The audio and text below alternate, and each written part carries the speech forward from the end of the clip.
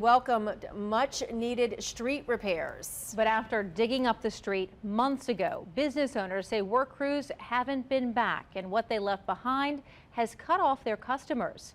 Frustrated and looking for answers, they turn to the FOX8 Defenders. I'm at the point where I'm just going to shut down completely. I'm really in the last leg or last edge of this business. I just can't. I can't pay bills. I can't get nothing done. Business owners like Nick Barakat survived what's been a tough pandemic year. But what's happened outside in front of his shop, he says, has been a business killer. They just dug the street, opened it up, and they left. Contai from Broad to North White is all torn up, and Barakat says it's been months since any work crew's been out there. And so November went by, December, January, February, March, and now it's April. For nearly 5 months, the two-way street's been reduced to one lane. The other side that's off limits drops off a foot or two. And for car repair type shops, customers can't get in or out. Our business is people coming in to do their oil changes, brake jobs, tire business. We do all these kind of things. We also have a used dealership. So now we cannot even bring cars from auction or sell them to the customers. Next door, Vinny Calamari's trim shop's suffering too. Customers are being, deterred away. They can't find places to park.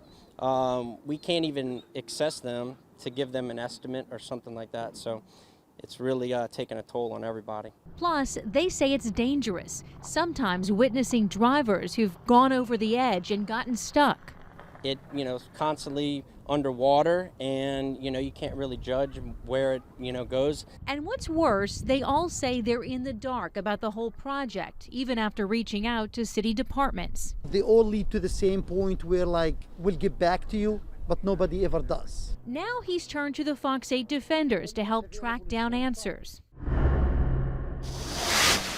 So you have a lot of customers who highly recommended you. No citizen and no business should have to deal with this, and I want to apologize that they've had to endure this. This block falls in Jay Banks City Council District. The same day we went out to the neighborhood and heard concerns, I emailed Banks and his staff looking for answers. And we responded and got the responses back from DPW and Sewage and Water Board with the commitment that on next week, both departments will be out here fixing this. A City Hall spokesperson says while excavating, crews discovered a leak and went on to say it took some time to identify the source of the leak and determine a course of action with the SWBNO and the contractor, Hard Rock Construction. Once the leak's repaired, construction will resume.